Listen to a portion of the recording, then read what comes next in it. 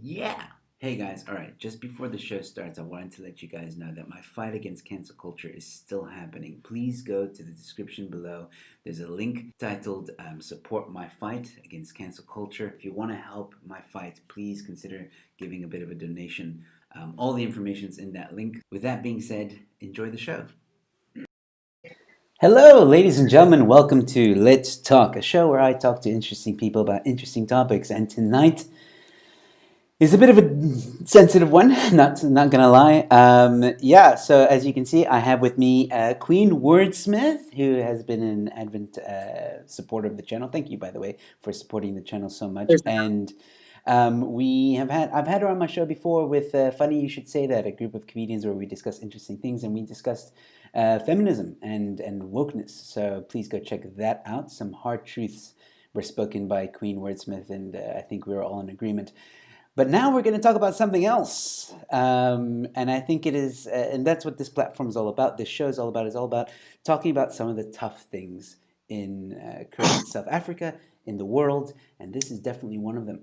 So, as you guys can tell, the title says it all: How Not to Be a Duas on GBV, or gender-based violence. I hope that got your attention. So, I will let Queen Wordsmith take it from here. Hi guys, welcome to Joe's channel. Because it's not mine. I don't have a YouTube channel. I am not an influencer. Do not expect a ring light. I don't have that kind of money. I'm a single parent. I don't play those games. But yeah, look, the headline is a very, very catchy one. I think it's something that we needed to use in order to draw people's attention. I think the one thing is that, you know, we live in a world where the mainstream media is so sensationalized, whereby sensational topics make it and sensational topics win. So this was a way, we're not clickbaiting. No, we don't clickbait it. This is not 90 Day Fiance.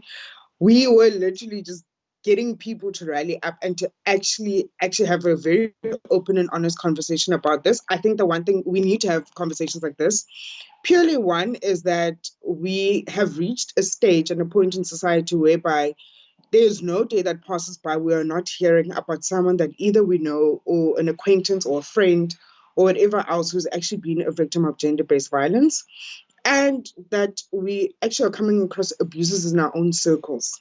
That's the thing. So we need to reach a point whereby we need to stop making gender-based violence a taboo topic. We need to actually make it a topic of discussion. The same way men can discuss booty is the same way women can discuss makeup, is the same way we can discuss gender-based violence. We've got a huge problem in this country right now with femicide. Women are being hunted down by men left, right, and center. Women are, in fact, I don't know, we had rhino poaching not so long ago. I feel like at this point in time, gender-based violence is in line with rhino poaching, and we need the same energy. Yes, Karen, I'm talking to you. I'm talking to the Karens in Cape Town who are busy worried about some damn baboon. That's perfectly fine, by the way. That is not dead or anything. But we need to start channeling our energy towards gender-based violence because it's a huge thing. And by having conversations of this nature and discussions of this nature, I believe that SAPS can start being SAPS and not being a useless body. I believe that even the politicians that we have in government can actually stop using gender-based violence as a way to get votes. Sick and tired of Cyril saying GBV, yeah, this, and that. I'm sick and tired of it. Something honestly needs to be done because, and also to to remove the narrative of victim blaming and victim shaming. But I'll extend all of that. I've got a whole lot of things to talk about. Came prepared. I've got my notes. I'm here. Class has started. People take out your notes and papers and whatever. Like I'm here for this.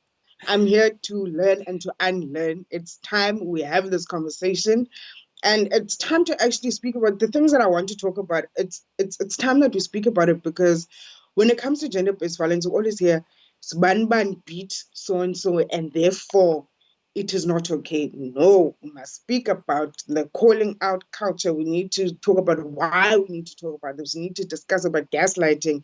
We need to talk about selective activism because those are the kind of things that take away from gender-based violence, number one.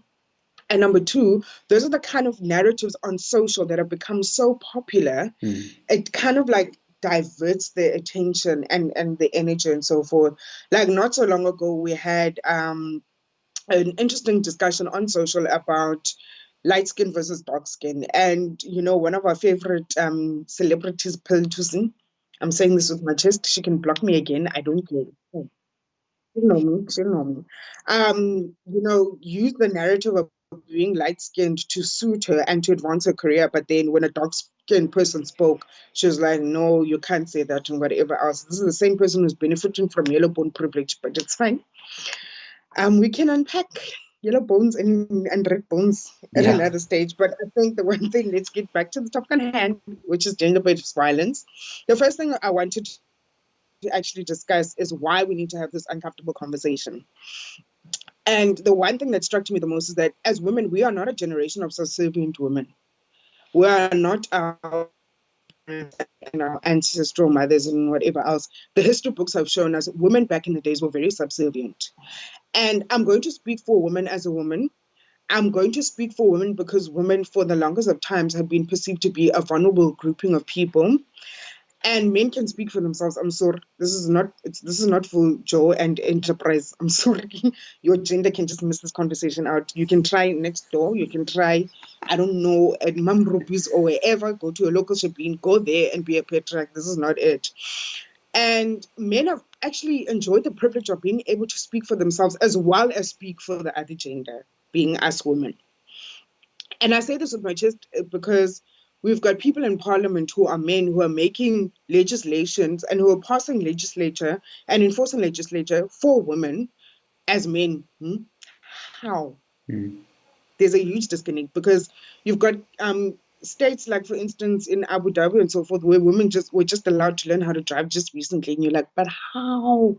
So for the longest of times, men have perpetuated the narrative that women are secondary citizens, the same women who create life and maintain life, but it's fine. But this is actually just for women and children, and also because children are also a very vulnerable group. And when we speak about gender-based violence, we also speak about children as well. And children have suffered and been silenced at the hands of men, the same way women have suffered and have been silenced. The another thing is that gender-based violence is not random. It's not a random thing. It's not like I tipped over a bowl of milk. Oh my gosh, it's such an random act. No. Gender-based violence is a conscious decision. Women are being abused, women are being raped, women are being killed by our own family members, by friends, by acquaintances. It's no longer a thing whereby we're being abused by strangers. We're being abused by people we know and people that we trust. Yeah. Children are being abused by people that they know and people that they trust. So it's not a matter of it's a random stranger in the street. No, it happens at home. And that's the one thing, is that men have kind of like also amongst men have condoned the various forms and types of abuse by women, and have been using words like, no, boys will be boys, no, boys will not be boys, boys will account for their conduct, boys will know when to stop, and boys will know when that they're wrong. We need to stop having these problematic phrases that allow boys, and from a young age, because it starts there, it starts with conditioning. We need to stop having these phrases that allow boys from a young age to continue to wild. The fact that a 17-year-old just recently killed a 16-year-old girl simply because she rejected him in this country, it says something. We've Sure. got a problem, and we need to unpack it, and we need to address this. And we need, and also men need to stop making abusers and deadbeats very comfortable. I'm also speaking here for deadbeat. I'm not here to speak about deadbeat fathers, sorry, and whatever else, because I know Jackie is watching, and I'm here to drag the deadbeat baby daddies as well. And I'm dragging men as well because men, for the longest of times, applaud and support their friends for being absent parents, applaud and support their friends from being rapists. And it's such a sad thing, because even when a former NMU student was found guilty of rape and whatever else, and he got off on a technical term, men were having the time of their lives there. Men were like, you see, she falsely accused this guy. Just because she could not correctly relay the story because she was heavily under the influence, it doesn't mean it didn't happen. And that's what we need to start getting to. We need to stop condoning behaviors because people cannot recollect in a manner in which society has deemed that they should be able to recollect. Yeah.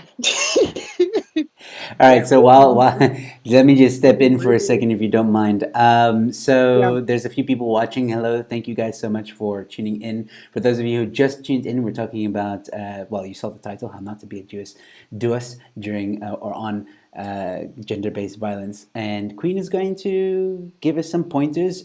She's going to be very balanced, so please listen to her. I think Queen is a very reasonable and sound mind. I have had private conversations with her about this topic. And there are some underlying issues, as she mentioned in the beginning, but we'll get to that. And this is what I was worried about. So we have someone, Jock Smith, saying, "Stop this shit of blaming every single man. You are destroying society." I don't think Queen is blaming every single man.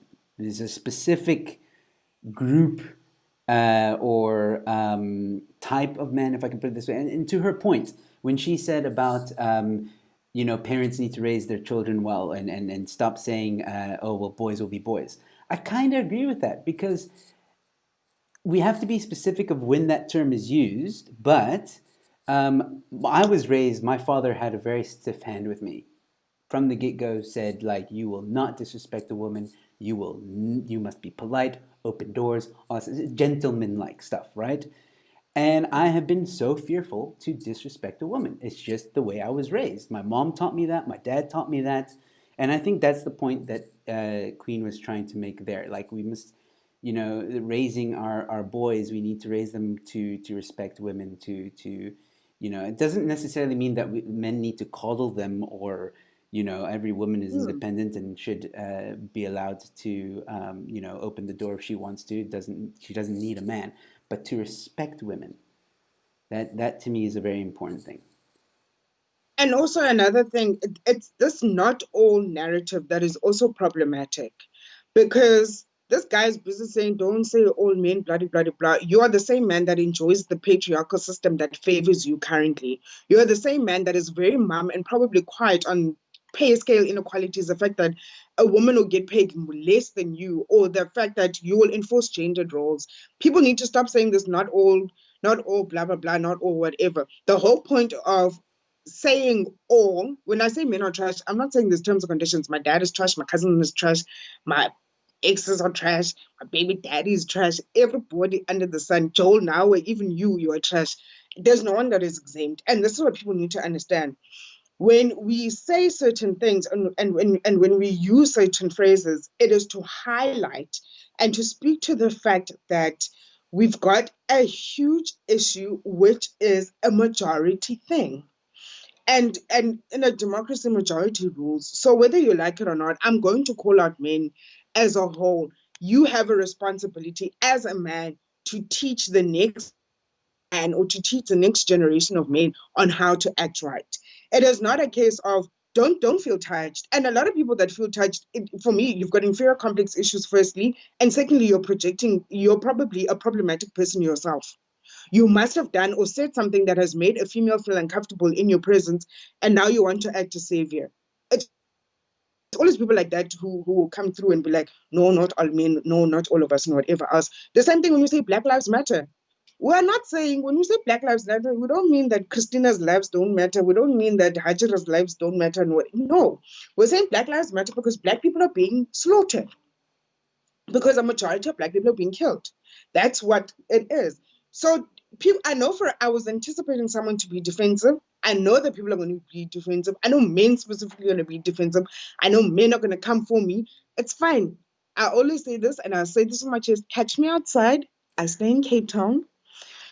Drop location, and let's fight. And it's okay. Now I can fight my own battles, and I don't mean physically fight. Don't come through. I just got new nails, so I can't compromise my manicure. All right. Also, let me state this as well, guys. I'm not going to get into a debate now with Queen about all lives matter and all men are trash. That's not what this is about. Hmm. Again, Queen's Twitter handle is in the description. Should you wish to contact her and give your opinion, she's, like she said, all ears. So let's get back on topic, because I do believe that some of the points you want to bring up are important and people need to hear you out. So let's you take it away. So the second thing I wanted to talk about is call out cult. And I call it a cult and not a culture. I've said it before on this platform. I've got a huge issue with people calling things culture. Culture requires intellect, and call out that happens on social is a cult. There's no intellect that is applied when people call people out on social. They literally, it's like it's a majority complex. People don't think we're just gonna call out because Uzbanban, who has a high following, calls people out, and no one has context. And I think that we need to stop the call out culture and actually shame abusers. And when I say shame abusers, we need to reach a point whereby abusers are not comfortable to interact with people because an abuser does not behave like a people. So social media has allowed abusers to also be comfortable. There was an entire rape list. There are cases that have been made against rapists. And because you either are good looking or you have money or you have a high following, you don't look like someone who's abusive. And I have a huge problem with that because abuse does not have a face, abuse does not have money, abuse does not have um, a personality or a type or an account following. Just because someone with 200,000 followers can be very abusive and someone with 200 followers can equally be as abusive, it doesn't mean anything. If you are a problematic man who is abusive, you will be a problematic man that's abusive. And what I've noticed is that there was a Twitter user. I can't say the name. There was a Twitter user who was named by his victim for being abusive, who got so uncomfortable. One, he lost his job. Two, he deactivated from Twitter. Till this day, he does not use Twitter at all. Now has a Facebook account with less than 100 friends. That means that it's his immediate friends and family. And he's lived such a low-key life. He is so uncomfortable to the point where he even left Cape Town. He left Cape Town and he's somewhere else. And this is the thing that we need to do. Abusers need to be uncomfortable.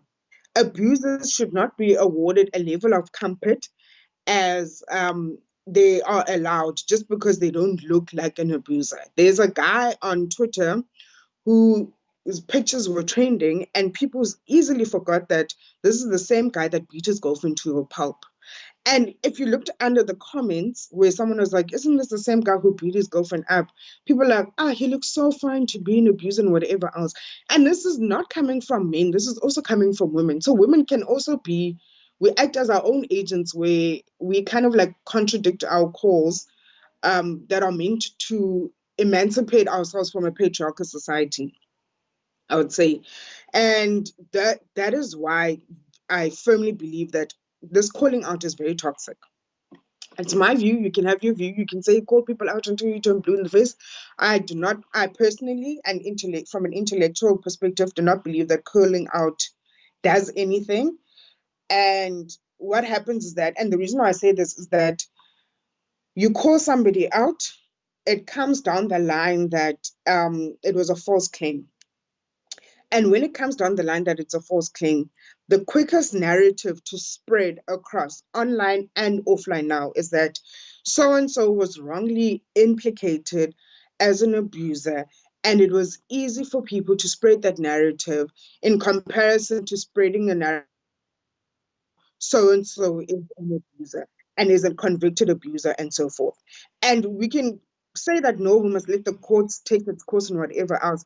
We already, like I said this last week, we already have an issue in this country whereby we've got a lot of cases of abuse and violence being reported, and yet our beloved SAPs has dismally failed women. One, they try to negotiate if it's a couple. They always try to negotiate with couples to try and fix things between a couple. You're not a psychologist, first of all. You're a police officer. Your duty is to protect and serve. But you're protecting and serving a perpetrator. That's the first thing. Secondly, most case dockets get lost, right? And when these two things are, and thirdly, victims also get shamed from police at the police station. So when 1, 2, and 3 are happening, it becomes harder for a victim to come forward and to say something. Why? Because The same agency that is meant to protect and serve me is the same agency that protects and serves my abuser and not me as the victim. Even the court system itself, the court system is also a victim blaming system. You'd find that in the cross examinations, I understand that the objective here is to get answers to the questions and so forth, but at the level of insensitivity and the level of easily to create the impression and to slut shame and to victim shame and so forth, and to say, but you wore a particular dress, therefore you should have expected that being provocative in the street and whatever else, you're calling this onto you. It's those kind of things which makes it very extremely difficult for women to say, I'm going to lay a charge against my abuser. And we've got a minister of police who himself is so comfortable in the fact that he was very quiet. And I'm going to say this with my chest. Comrades can come and find me. Comrades know where I live. I love how they know where I live. Comrades can find me. You know where I live. Where the same minister of police is very selective when it comes to dealing with gender-based violence. And when I say selective, is if it doesn't make the news, he's not interested, number one. So it's a PR campaign for him. And secondly, he's very quiet when it comes to his own comrades within parliament when they abuse women. That former deputy minister of education that was caught on tape beating a woman, there are many ANC cadres who have been proven to be violent, who have cases laid against them and so forth. And what has he done? He's quiet. We've got our own head of state here who also uses gender-based violence as an FYI, as a footnote. But oh, by the way, just to keep you guys happy, because I heard on Twitter you guys are saying something. We've got a problem. We actually have a huge problem. Yeah. Yeah. Look, there's definitely, we discussed it, like you said, in a previous show about the, not limitations, the failures of the justice system when it comes to GBV. And it's quite sad. I mean, I think Vanner Weber said it in the last show that we are the first rape capital of the world. Yep. So that there's a problem. There's a problem that isn't being addressed when it comes to There's a huge problem. in our legal system, and some, like you said, some people in power are just selective when it comes to addressing it. I see everyone's questions. I will bring them up. I'll give about a 10-15 minutes towards the end, and we'll get to the questions. I really feel that Queen Wordsmith has some other points that we need to get through. So I will make a note of these questions and I More will bring them up. subheadings. Yeah. All right. So Just two more subheadings. This class is going to go very fast. Don't worry. yeah. Just two more subheadings to go. All right. The Cool. next thing I wanted to talk about is gaslighting. I'm not going to lie to you. Gaslighting is yeah. I cannot find. Very quickly, cannot find a word. just Yes. on that, maybe define what gaslighting is for those who may be confused about it. I actually have a definition. I wrote this. And the reason why I actually decided to give a basic definition of what gaslighting is, it's because I've noticed that a lot of people use the phrase without any understanding. And gaslighting is literally to manipulate someone by psychological means into doubting their own sanity. That's what gaslighting is. So what do I mean?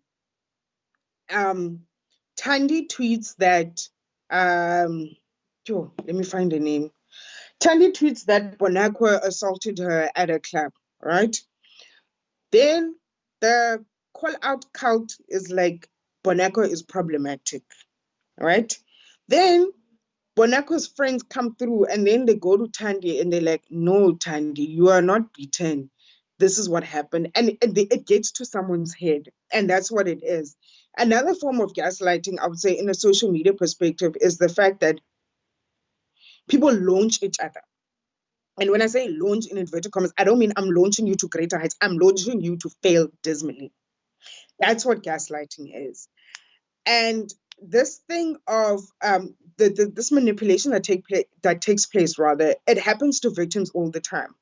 This is also something that happens either by parents who protect their abusive children, okay, by friends who protect their abusive friends, and by general people in society that will question. Lady Zamar is a perfect example. Lady Zamar came out and said that Jaiva abused her. Now I'm going to drop facts. I'm going to drop names. I'm going to drop everything. Like I said, people, if you're looking for me, my handle's at Queen Wordsmith on Twitter. I live in Cape Town. Come, like, drop your address. It's fine. I'll see the comments afterwards. It's cool. And the biggest form of gaslighting is the fact that the one thing that people made that poor woman feel is, how can you say that you're being raped by someone when you were in a relationship? Why does it mean that just because I'm in a relationship, you can do whatever you please and whatever you want to do with my body? Why are you manipulating me to feel bad because this guy is a married man?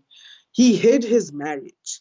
I did not know that he was married. And then he came through jiggy jiggy heavy heavy. He's been married and whatever else. He was in a relationship with me. When he was in a relationship with me, he was not somebody's husband. He was my boyfriend. And that's what gaslighting does. Java is actually very comfortable as an abuser. I wish that South Africans and Black Twitter specifically had the same energy that they had for OK Malumu Cool Cat and apply that energy to Java as well. Because Java is out here reaping benefits. He got a couple of shows cancelled, but yet his sales have skyrocketed. So he's still making money.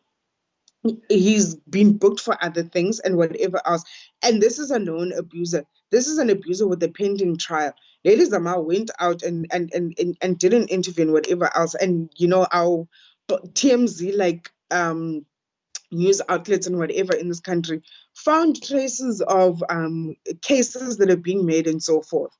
So it's that type of thing. That is the biggest issue. And when it comes to gender-based violence, gaslighting is like the biggest pitfall, I would say, because we gaslight to such an extent that you leave a victim to doubt the credibility of their own story.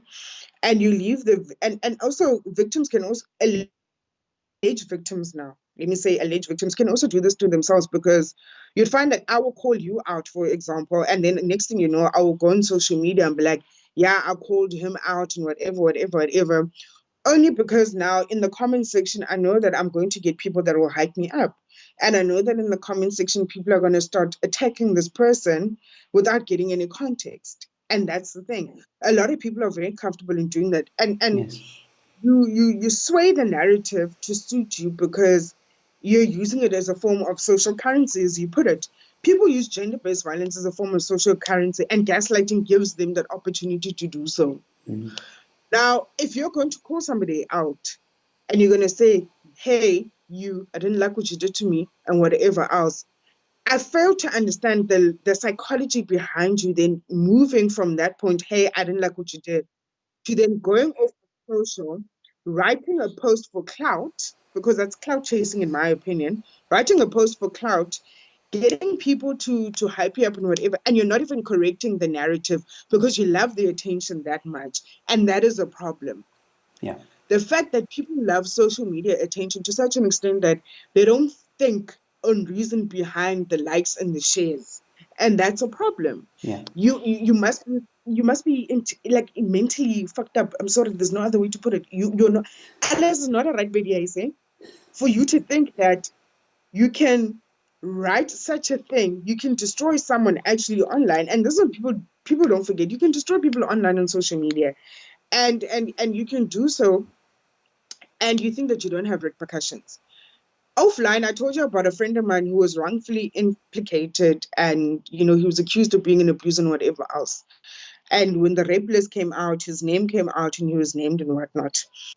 And that girl that wrote that, her following increased. First of all, let me tell you that her following increased on social media. And she was being gaslit by people who didn't know the truth, only to find out the truth came out. This girl obviously lied, first of all, and that's my problem. You went for a high profile person, you lied about it. We had receipts and evidence. Unfortunately, I can't name names. I know people are gonna ask me offline. I'm sorry, I can't name names and whatever else. You lied.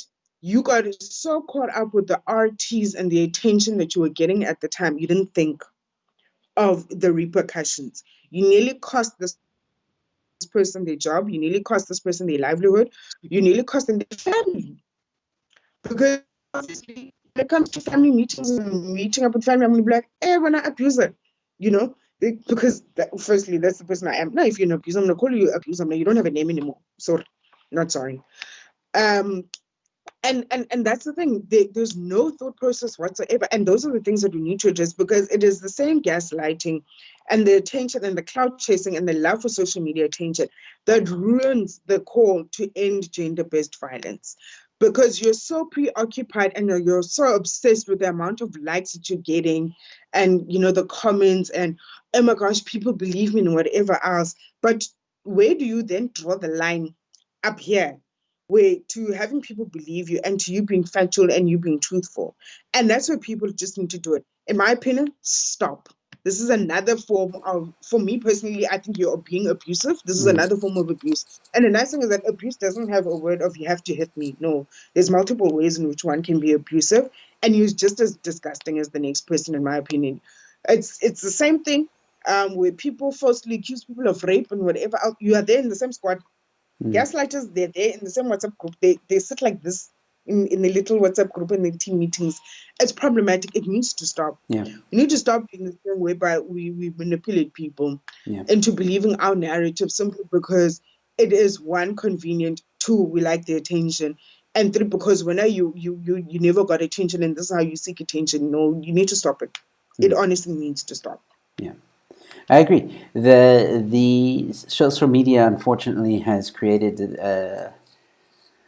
I don't know, a boiling pot for that kind of behavior, and people jump on the bandwagon. And again, like we discussed in previous show, funny you should say that, to be woke or not to be woke.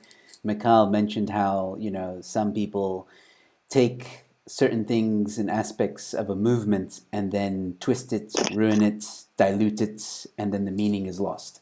And unfortunately, gaslighting is definitely a contributor to making an important movement become blurred and diluted, and causes actually more problems than good. It's the same people. Yeah, go ahead. I'm just gonna say this. It's the same people that hype absent parents, especially absent baby daddies. Like, people didn't have sex together here to make a child, but it's fine because children are made via Bluetooth. Or people just thought having unprotected sex, the result would be, I don't know, maybe a glove or some water. I don't know. I don't know what people are thinking. It's the same thing with that.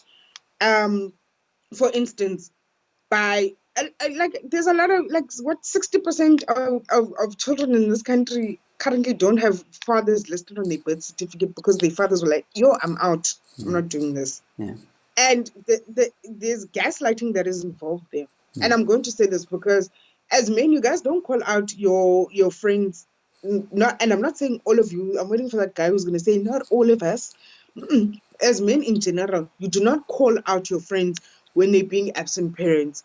You may remove them from your circle of friendships, but most of them, they just continue and they live life freely like it's nothing. And that is gaslighting at its best, because you make the mother of that child feel in such a way that she should have done something to prevent the pregnancy, or sorry, the prevention of the pregnancy solely falls on her.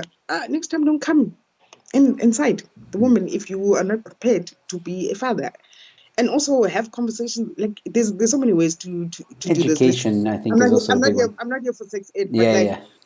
that's another form of gaslighting, and that form of gaslighting has actually taken place for such a long time, to the point whereby um a lot of people feel guilty for having children, I would say, and feel guilty or feel under pressure, overwhelmed that they're single parents, and find themselves going into relationships that are toxic because they're so caught up in this idea of a family unit.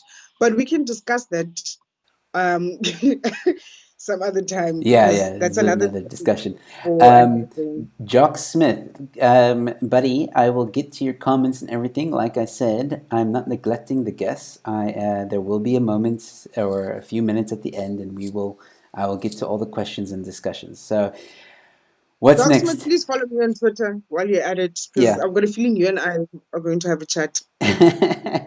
All right. So, what's next? The last thing is selective activism and gender-based violence. This is a very short one, luckily. I'm going to say this, there's no terms and conditions that apply to being an activist. You cannot be an activist today and then be like, oh no, but it's my friend who's an abuser, therefore I'm not going to be as loud. No, you must say it with your chest. Either you're in or you're out. As activists, I call myself an activist because I can say things with my chest. I call myself an activist because I have cancelled friends, I've cancelled family, and no, I don't care. Hey, the less people I have to deal with on a daily basis, the easier it is for me. Like, if my son is fine, I'm fine. Like, it's fine. I've and I've cancelled so many people because and I've just not cancelled for the sake of cancelling. I have gone to court and I've said that I can be a witness for you if you strongly believe that my friend raped you. And I will stand by you and I'll stick by you and screw this friend. And I've told my friends that, look, if you were ever found to be a problematic man and whatever else, now I'll drop you. Ne? I don't, it's fine. Like, I'll drop you. The same thing with family. I mean, there's a lot of us, so it's fine. Like, we can get rid of people. Like, it's life. You can always be replaced, in my opinion. So, as activists, we deal with a lot of people who believe that activism is like a box to tick, like you're ticking gender. Like, okay, here I am now. I'm a black female tick. I'm an activist tick. It's not that. Activism literally goes beyond just ticking boxes. It goes beyond social media as well. Because you cannot say that you're an activist on the timeline, but then offline, you're busy twirling for every abuser in the street, or you're busy twerking, depending on whatever suits you that you want to do with your body. You cannot call yourself an activist. And that's the thing that I wanted to end off with, is that selective activism includes protecting perpetrators. We've got people on social media who will boldly say with their chest that they are activists, yet under the same breath, they will protect perpetrators. I'm going to call out the ANC Youth Women's League specifically. The ANC's Women's League is the biggest protector of abusive men, especially abusive comrades. And look, they can come for me, it's fine. Like I said, comrades, you guys know where I live, it's fine. And I say this easily because I have always had an issue with a women's organization that is selective when it comes to dealing with injustices that women suffer. The NC Women's League will only be out there in the streets when it's a good PR campaign. But when it comes to the day-to-day, they're very quiet. This is the same NC's Women's League that is currently quiet under this tough climate that women find themselves in. They they can't even call out their own comrade, who is the whole minister of police and the head of state. They cannot even do that currently under this climate, and that's problematic. They love to twirl for patriarchs. I don't know. Maybe there's something in that green and the black and the gold that just makes people dizzy. But what I've noticed is that they honestly love the attention of male comrades because they become very stupid. When Duduzi Manana, that whole video of him beating up that woman came out in Cuban and whatever else, they were very quiet. They were quiet before the video. When the video came out, they're like, comrade, you did badly. Now we've got to fix this and whatever. And even then, they were not as vocal. The NC Women's League is such a problematic organization to such an extent that when Uinene's case happened, they only came out because it drew heavily media attention. Otherwise, they were very quiet. This is the same organization that its mere existence and premise, and they speak about this, is that they are against violence against women, but they're extremely selective when they do so. So that is what I mean about selective activism. I mean that you cannot choose to be an activist today and tomorrow you're too tired of activism and then, oh, okay, this is trending, let me be an activist again. You cannot choose to be an activist. Either you're in or you're out, and you must just pick a struggle now, because we're not going to negotiate with terrorists. I call people like that terrorists because you are just as deadly as ISIS, in my opinion. If you today can say, we've got a huge issue, women are being hunted down and women are being killed, and then the next day you're going to be like, no, but you need to understand that, I know him personally, he's such a good person. That's the problem. It's the selectiveness for me that just, you can give me zero mem there, because I'm not going to entertain it at all. And I'm going to say this in my chest: abuse does not have a face. Abuse does not have a followership. Abuse doesn't have money. If you're an abuser, period. And another thing is that we need to stop accepting apologies. I'm so sick and tired of people doing things and then they can offer an apology. And I always say this, and this is something that I sometimes say to like my friends: change behavior is an apology. And there's a difference between saying I'm sorry, yeah, because I'm sorry I got caught, and actually changing your behavior. Perfect example is of a BS apology is Mbuyiseni Ndlozi. Oh my guy, you wrote that thing on Twitter, and I'm going to call you out. I'm sorry, fighter. I'm sorry, fighter. Bay, you're the cutest thing ever. But I'm sorry, I have to say this in my chest. The apology that he came up with after what he tweeted was like, okay, cool. Look, you guys found this tweet. Sorry about this, and that's about it. No, you don't just say sorry about this. I got caught out, and then let's move along now. That is not an apology. There needs to be a level of accountability for the things that you're saying. There needs to be a level of responsibility for the things that you say, because that tweet circulated for so many years and for such a long time, to the point where a lot of men were referencing that when it came to women being raped, women being killed, and so forth. It was extremely, extremely problematic. And it got to the point whereby I blocked him. Like at one point, like I blocked him. I was like, I can't do it. For me, I was like, this is trigger warning, because there's a lot of people that accepted his apology, and no one thought that his apology was problematic, because that apology was like, I'm sorry, but under the same light, women also need to be responsible. No, that is not how you apologize. If you're truly sorry, change your behavior and start educating it, and not get hyped up about this fake men's conference that so called happens on Valentine's Day, and just leave it as that. No, there's a lot that needs to be done. But that's all I'm going to say. Okay. And yeah, so I'm ready for everyone's questions. All right. So before we continue, I just want to also do this thing. Maybe we should also define gender-based violence, because that can also be confused and used. Almost anything now like can be regarded as gender-based violence. So, in if you have it, or if you know what the correct definition is, please enlighten us. So this is the thing. The gender-based violence actually originated against violence directed towards women. And I'm going to extend this because I'm a philosopher, unfortunately, and as philosophers, we don't like sticking to a framed definition. And simply because I love creating concepts. And for me, and please note, I say this for me. I'm not saying that this is the textbook definition, but for me, gender-based violence is an act of violence towards a gender, and where that person is vulnerable, right? That person feels threatened, right?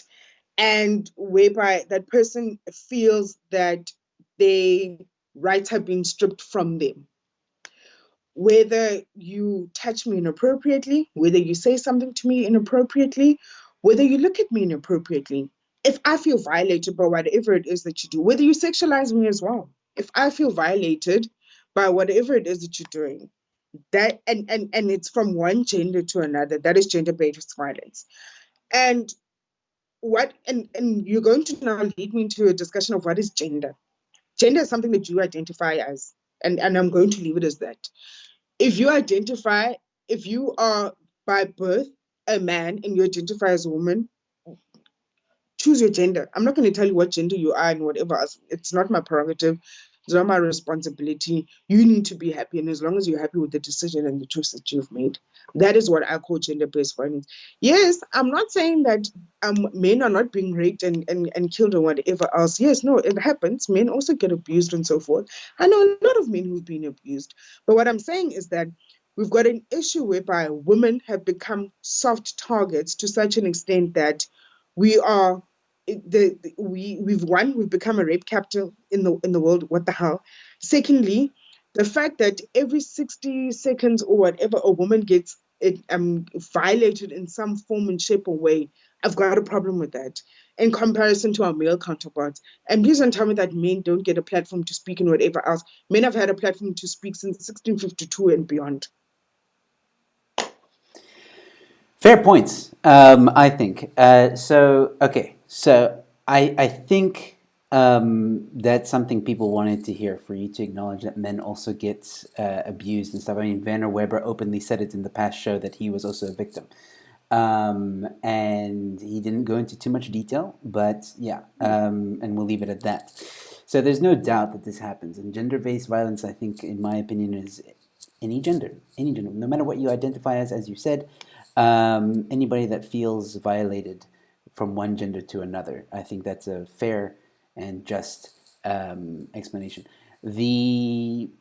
I would maybe like to have a show with you to discuss the details of that in a later show, because I think, again, when it comes to feeling violated because of someone who touched you, being in a certain way violated, all those different categories, as you put it, those are heavily debated, heavily, because some people feel, a little touch here is not that big of a deal, depending obviously where. I'm not talking about like on a very private spot. That's totally different. But like I said, I think another discussion with regards revolving around that, because someone asked a very good question, is like, how do we solve this? How do we solve gender-based violence? And I think definitions are important here in order to understand what we mean by gender-based violence and the categories that follow underneath that need to be defined. And as I said,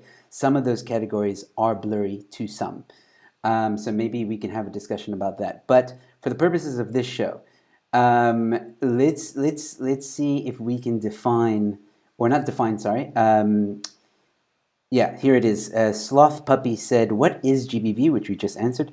How can we all be a part of the solution? What is your opinion on that?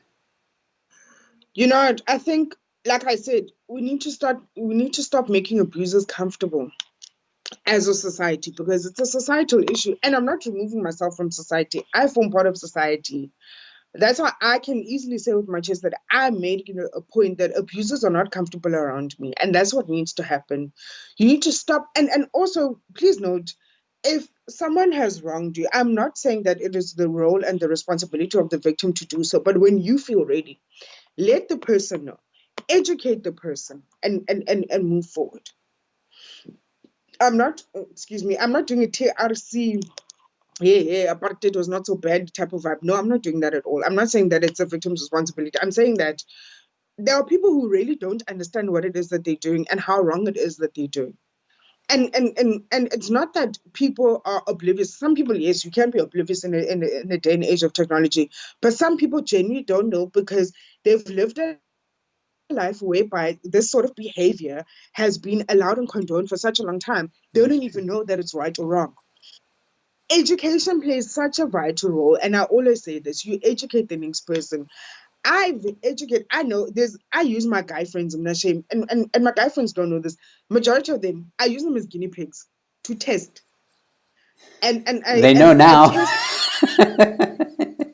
I did the cat's out the bag, but like I use them to test how I can educate a wider grouping of men. I've had a guy friend of mine that I've been friends with since high school days, and there's certain things that he says, and there's certain things that he does and he posts, and I've educated him on that, and I've called him out, and I said, like for instance, he used a meme of an underage child, and I'm like, this is not okay. Children should not be sexualized in the forms of memes and whatever else. There was a joke that he made against women, and I'm like, it's these gendered narratives, that are made towards women and whatever else that are very problematic, because it enforces the general population of men to think that all women are raccoons or whatever else, and that's not okay. We had a conversation. I had a conversation with him. I think it was like last week or the week before, where he actually said to me, "You're not my friend. Ever since you told me this and this and this and this, I've been so consciously aware of the things that I've said and the things that I've done. Therefore, I've actually stopped. And I've also started calling out my guy friends and my group of friends." It starts with one person. It literally does. I've had colleagues that I've worked with whereby they've sexualized women in the workspace. And that is a form of harassment. And I've told them, you don't do this. You don't catcall and whatever else. Just because I look good with my low cut top and my booty's rocking everywhere, it does not give you an invitation, to look at me like I'm a piece of meat. Don't do that. And I don't dress for you. I dress for myself, just so you know. And even that guy, like he literally, and this was years later, he said to me, you know what? Because of that conversation that we had, he actually had a newfound respect for women. This is a guy who disrespected women flat out, who only saw women as a means to bust a nut, and then that was it. Mm. Now he has respect for women. Now, his life has changed and whatever else. And it's things like that. You start educating. We've got life orientation in schools. What is life orientation teaching children? Life orientation should be teaching kids things like this. This is why I'm calling for philosophy, for example, to be taught in schools to enable children to think out of the box and not to say 1+1 = 2, quick maths, and then you're done. They need to think, and they need to be able to apply their minds in such an extent whereby they can easily say that this thing is not right and this thing is not wrong. Culture also plays a role. There's like a lot, it's a Yeah. multifaceted thing, but it literally starts at you correcting the next person and educating them, in my personal opinion. Other people will have different views, and that's okay. Other people will be like, yo, it's not my responsibility to teach a child or whatever. That's fine. That's you. You find a way that works for you. Mm. This works for me. And for me, it has a proven track record. Mm. I even do this to strangers. I've DM'd people on Twitter, on Instagram, and on Facebook and whatever, and I've said, my guy, A, B, C, D, and E. I've had guys who are trying to get into a relationship with me and whatever else, who have sexualized me. And I'm like, no, sorry, first of all, this is why I won't date you, because you do this and this and this and this and this and whatever else, because I have a type. And that's why I'd rather be single and be in a relationship and entertain a guy who's going to continuously to disrespect me in the process, who's going to devalue me because men are so comfortable in devaluing women. Mm. Yeah, absolutely. I think also, just to add to your point about culture and education and stuff like that, as some of you know, those of you that frequent my show a lot, you'll know that I used to live in Egypt for a while. Now, what I'm about to say may be tough for some people to hear, but and I again mean no disrespect to Egyptians, but this is true. When I was there, I saw how men looked at women. I saw how men treated women. I saw like they were whistling at them, especially if you were a foreigner. If you were a foreigner with blonde hair, you had men around you, and some of them, not all of them, some of them didn't know or understand boundaries. They would whistle and they would make remarks like, hey, sexy, or whatever in their Egyptian accent and stuff like that. And because of the way I was raised by my parents, I always viewed that as like a form of disrespect. And sometimes I would go up to the guy if he was a friend and I'd be like, why do you do that? Why do you say Hmm. things like that, you know?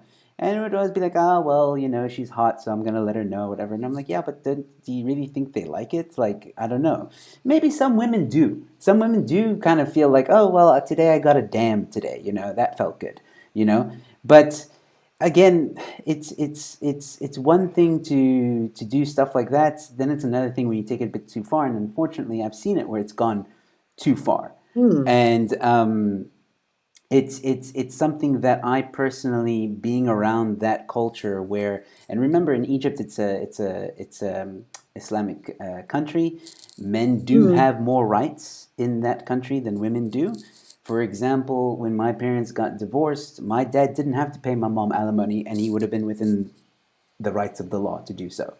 Um, so stuff like that. And luckily, like I said, I was raised by very good parents who taught me to respect women. So in that regard, I do agree with that. That it starts from us, from the individual who, in like you just said, find what works for you. If you see something not right, if you see a friend doing something not right, whether it's a man or a woman, say like, did you ever come to think about how that person might feel when you do that, when you say that, when you post this, when you post that? Get the conversation started. I think that is, in my opinion, also a good way of helping to go or fight against gender-based violence. There was another question here. This one might be a bit complicated. Sloth Poppy says, so how will police define GBV? Because the provided definition holds true for call criminal acts. They all contain these elements. How do police provide GBV states? States, yeah. I'll read it again if you need me to. Look, this is the thing, and I'm going to say this. Before you become a police officer, you do there's psychological testing. There's a psychometrics test, and you do a short course on psychology. And that always flies out of the window whenever someone goes into a police station. Let me start there. And I'm going to say this in my chest. I have relatives who are cops. And I know, and I have relatives that I've actually been privy to knowing the process and then becoming a cop. And this is what I'm going to say. Violence is not a set definition by law. If you go under the CPA Act in this country, and I'm talking about South Africa here, I don't know about other countries, violence, there's always subject to limitation and subject to whatever interpretation and whatever else. Any form of violation that a person feels, and also remember, thought crimes are also crimes in this country. People forget that. Just because I didn't act on a crime and I thought of a crime and whatever else, I can still get arrested for that. That is something that I learned in law school. Just so you know, I dropped out, but it's fine. We're not here for that. But that is the one thing I always picked up in criminal law, was I thought crimes are a crime. Crimes don't necessarily have to be violent in nature, enforced or whatever else. It's the moment someone feels a level of discomfort, or they don't feel okay, or they feel threatened and whatever else, and they feel their rights violated, you can easily do so. This is the problem with the police. I feel that police need to do a crash course in the law itself in this country, because they don't know the law that they're enforcing. They only know certain aspects and whatever else. And it's only when a civil suit is now brought against a particular police station or whatever else because they failed to act on a thought crime and whatever else, that is when they know. It starts from the basic training of police officers. It's so strange that, for instance, in the training, the cops that we deal with at police stations in comparison to forensic pathologists, the forensic type cops, those guys know more than the ones that should be knowing at police stations when I'm going to report a crime. And that's problematic. That is very problematic. Exactly. Okay, so job... Because you'd find that... Sorry. Go ahead. Yeah, no. Oh. You sure you don't want to continue that? No, so basically what I'm trying to say is that the system of policing and how policing are being trained and whatever else is very flawed. They're being taught the same model that worked in apartheid. There's no update to what they're being taught and whatever else. Even the fitness requirements are the same fitness requirements from 1918. Wow. Not fitness requirements for this day and age. 75% of our cops have comorbidities. They are out here with diabetes, and we're busy dealing with COVID. And then you wonder why so many. Then you wonder why so many police stations are out here closing left, right, and center. No, you have every right to laugh because it's a joke. Policing in this country is actually a joke. Yeah. No, you have. I laughed. I was like, how is it that our own police are out here battling diabetes and COVID and trying to enforce regulations, and then there's gender? No wonder these guys are out here overwhelmed and passing out to police stations and sleeping. It makes sense. All right, so Jock Smith is asking, I have a proper question. If you are concerned about violence against women and children, why do you vote ANC? I don't vote ANC. I'm going to say this in my chest. First of all, I don't vote ANC. Secondly, I don't believe in democracy. That's what I say. Jacques needs to just follow me on social. I don't believe in democracy. Democracy is a flawed system. I've been saying democracy is a flawed system since 2002. And that was when I was still in high school. And it was in a history class where I said democracy doesn't do anything. Democracy is for the people, by the people. And yet we are dealing with the most injustices at the hands of our politicians. And the issue is that we're dealing with a lot of red tape. And that's the unfortunate part.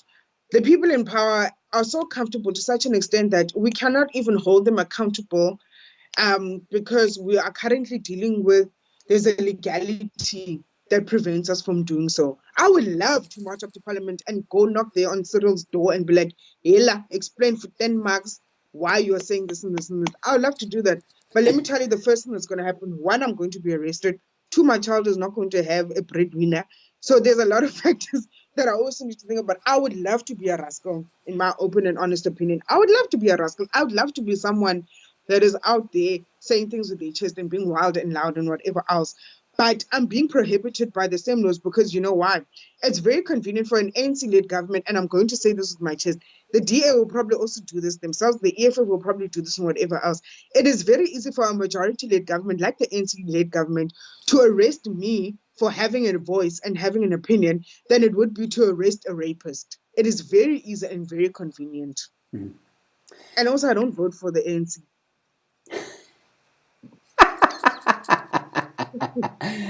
Oh, man. All right. Well, now that that's cleared up, do you vote EFF? That's a question from me. I don't vote. Okay. Fair enough. I personally do not vote. I don't participate in a system that I don't believe in. The same way I don't participate in certain cultural practices because I don't believe in them.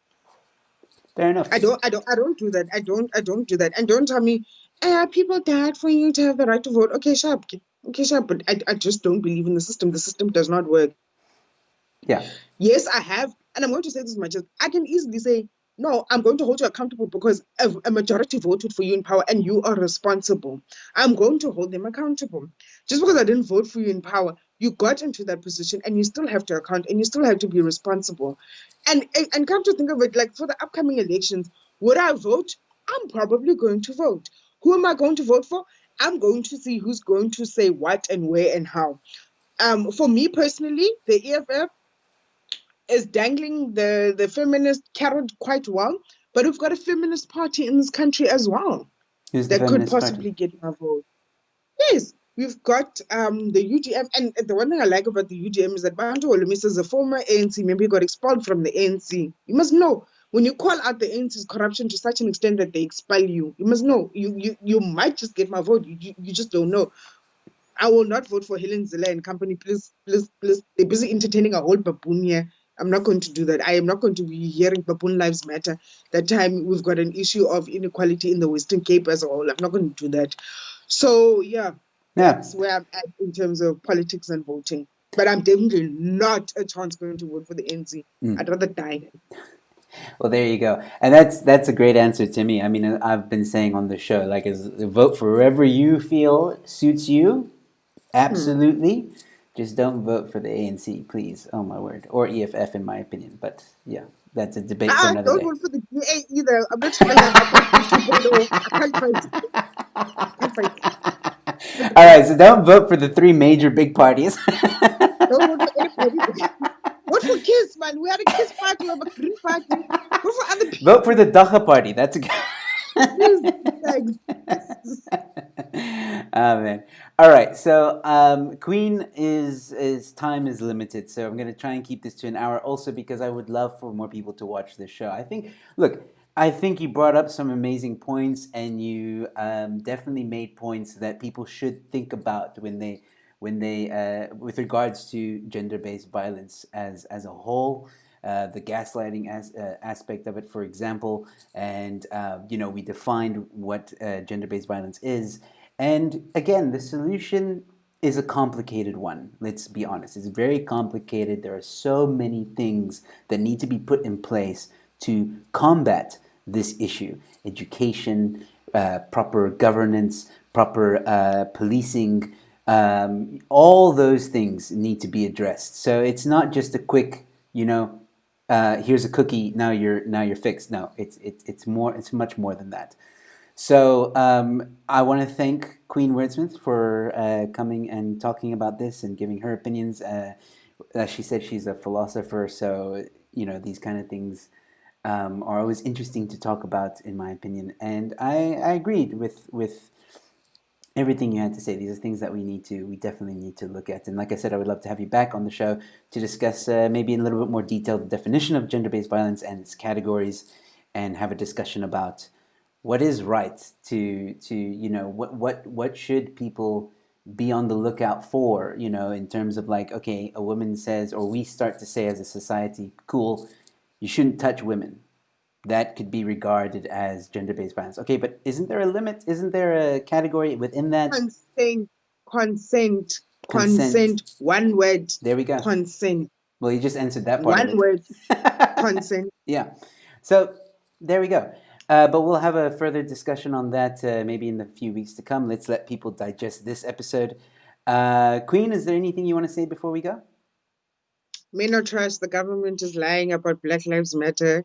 They're trying to kill us. Catch me outside. I'm in Cape Town. If anybody wants to fight, nah, I don't. I'm ready for this thing. But on a serious note, though, I think that I'm going to say this. You know how the ANC loves putting a collective responsibility where everything goes wrong. Gender-based violence is a collective responsibility. I'm going to say this on my chest. We are all collectively responsible. That means me, as Sanil Sue, who has a voice, who can speak for the voiceless, who can speak for the vulnerable. That includes you, Joel, you as a man, correct your problematic friends and to correct yourself if you are being called as being problematic and whatever else. We all have a responsibility. Women also have a responsibility. And I know for a fact that my feminist allies are going to come for me and they're going to be at my chest and whatever else and come at my neck. Women, we do have a responsibility because us as women, we can also be very detrimental to our own cause. Because we are the same people who say that, oh, he looks too cute to be an abuser. No, there's no such a thing. An abuser is abuser, but there's no other way to it. You're the close woman in me is jumping out. And then oh, she's ready to fight. And then yeah, guys, just hit me up on socials if anybody just wants to have a chat and whatever else. I'm also single, so let's do this. Maybe next time Joe will be doing a young on this episode of Finding Love. You don't know. But anyways, I really enjoyed participating. I hope that people have learned, and I'm a very reasonable person. I just want people to know that. So if anybody wants to engage with me, and if anybody wants to ask questions or try to find out or try to figure things out, I'm more than willing to educate because I take that role very highly in my opinion, and I'm always here to help people unlearn and to learn. Fantastic. Queen, it was a pleasure having you once again. I really love the way you do things and your outspokenness. And, like I said in the beginning of the show, I'll say it again, I find you have a sound mind and level-headed mind. We've had you on the show before. I strongly encourage people to go watch the To Be Woke or Not To Be Woke episode where we talked about feminism. It was great. Loved it. So yeah, guys, if you enjoyed this episode, please give it a like and give it a share. Queen, don't go anywhere just yet. I'll give you a proper goodbye just now. And for the rest of you, I will be back tomorrow night with 2 shows, Sit Down and Lockdown, and Funny You Should Say That. We're going to have a chat with you guys. That's what we're going to talk about on that show. So, ladies and gentlemen, stay safe, be kind to one another, and I'll see you at the next one. Cheers. Hey guys, so if you enjoyed the show, please consider giving it a like and a share. Don't forget to subscribe as well if you're new to my channel. And if you really enjoyed the content, feel free to join and become a member. Don't forget about my fight against cancel culture. That's in the link in the description below. Support my fight against cancel culture. Go to that link and all the information is there. Other than that, ladies and gentlemen, thank you so much for watching.